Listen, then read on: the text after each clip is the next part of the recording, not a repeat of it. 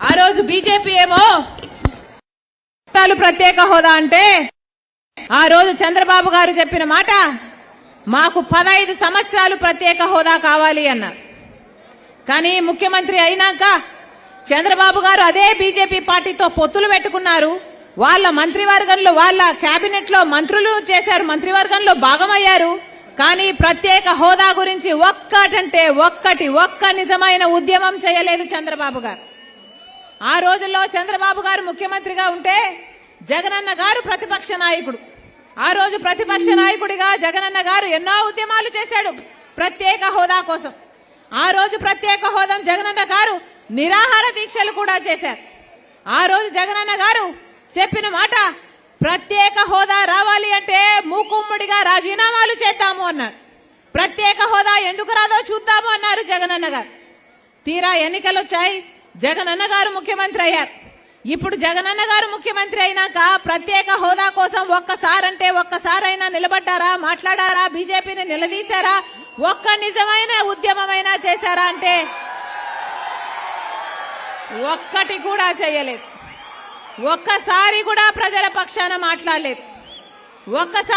ఒక్కసారైనా మూకుమ్మడిగా రాజీనామాలు చేద్దామన్న జగనన్న గారు ఇప్పుడు ఎందుకు రాజీనామాలు చేయడం లేదు? ఇప్పుడు అదే బీజేపీ పార్టీకి తొత్తులుగా మారారు. జగనన్న గారే కాదు, చంద్రబాబు గారు కూడా.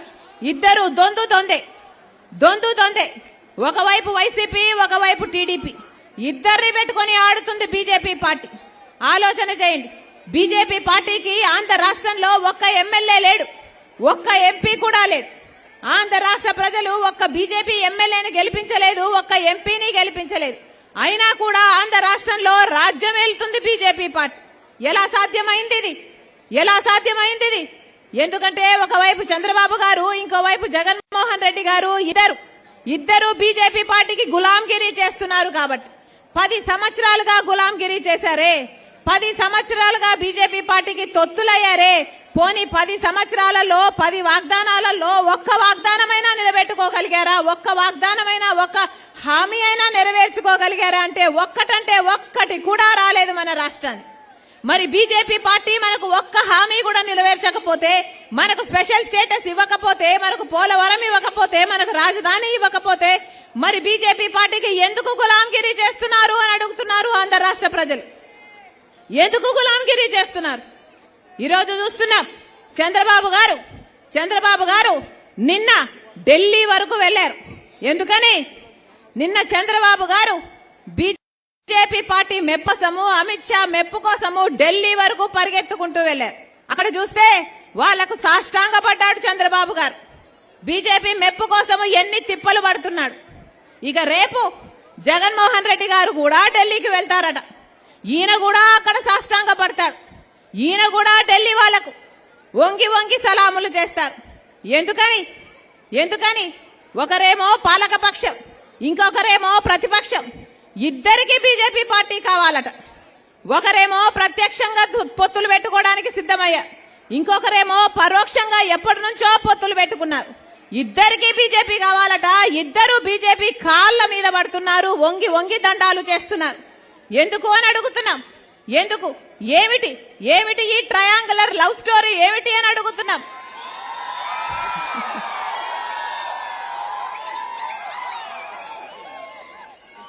పోనీ బీజేపీ పార్టీ మనకేదైనా చేసింది? బీజేపీ పార్టీ 10 సంవత్సరాలుగా అధికారంలో ఉంది. మనకు ఒకటి కాకపోతే ఒకటన్నా వాగ్దానాలు నిలబెట్టుకున్నారు. సరే, ప్రత్యేక హోదా కాకపోతే పోలవరం ఇచ్చారు, పోలవరం కాకపోతే రాజధాని ఇచ్చారు, రాజధాని కాకపోతే ఇంకొకటి చేశారు అంటే ఒక్కటి కూడా నిలబెట్టుకోలేదే. మరి ఒక్క మాట నిలబెట్టుకోలేదు. మనకు విశాఖ జోన్కి రైల్వే జోన్ ఇస్తామన్నారు, కడపలో స్టీల్ ఫ్యాక్టరీ చేస్తామన్నారు. ఎన్నెన్ని మాటలు చెప్పారు. ఒక్కటంటే ఒక్క మాట కూడా నిలబెట్టుకోకపోయినా కూడా ఇటు వైసీపీ, అటు టీడీపీ, ఒక చేత్తోనేమో జగన్మోహన్ రెడ్డి, ఇంకో చేత్తోనేమో చంద్రబాబు గారు, ఇద్దరితో డాన్సులు చేస్తుంది బీజేపీ పార్టీ. ఇద్దరు డ్యూయెట్లు పాడుతున్నారు బీజేపీ పార్టీతో. ఇది ఎక్కడి విచిత్రము అని అడుగుతున్నాం. ఒక్కటంటే ఒక్క వాగ్దానం నిలబెట్టుకోలేదు. ఈరోజు ప్రజలు గమనిస్తున్నారు. ఈరోజు ఆంధ్ర రాష్ట్ర ప్రజలు గమనిస్తున్నారు. అసలు ఆంధ్ర రాష్ట్రంలో అటు పాలక పక్షానికైనా అటు ప్రతిపక్షానికైనా ఇంకా సిగ్గు అభిమానము ఏమైనా మిగులున్నాయా? ఎందుకీ బానిసత్వం అని అడుగుతున్నాం.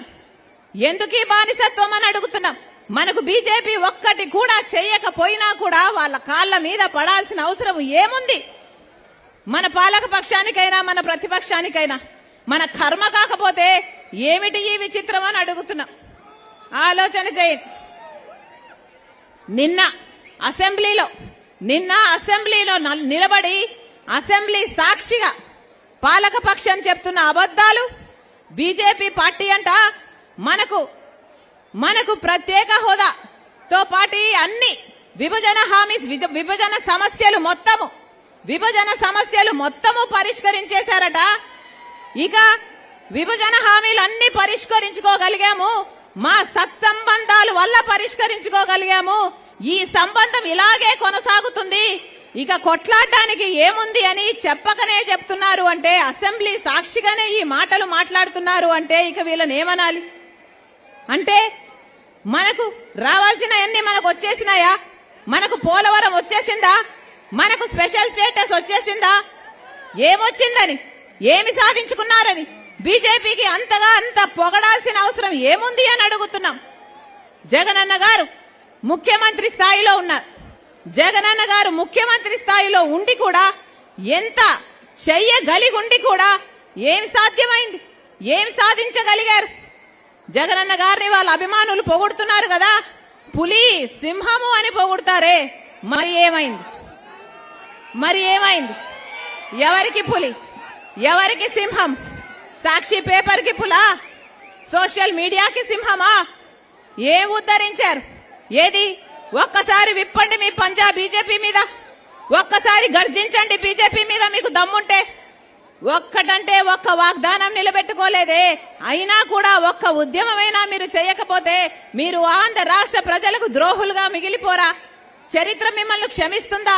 అసెంబ్లీలో నిలబడి ఈ మాటలు మాట్లాడుతున్నారే, ఏం చేతనైంది మీకు?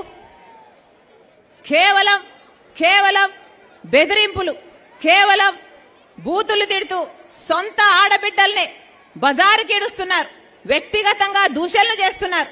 ఇదే చేతనైంది కదా మీకు పోలవరం సాధించడం చేతనైందా? మీకు స్పెషల్ స్టేటస్ సాధించడం చేతనైందా? మీకు రాజధాని సాధించడం చేతనైందా? మీకు పరిపాలన చేతనైందా? ఇది పాలన అంటారా? దిక్కుమాలిన పాలన అంటారా?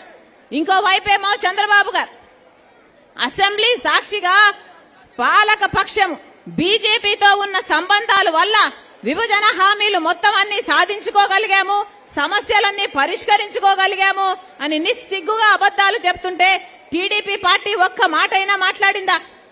తెలుగుదేశం పార్టీ గురించి చూస్తున్నాం.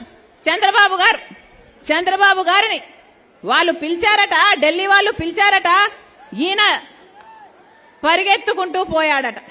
ఇది విచిత్రంగా లేదా? పోనీ పరిగెత్తుకుంటూ పోతే పోయాడు, పొత్తు పెట్టుకుంటే పెట్టుకున్నాడు.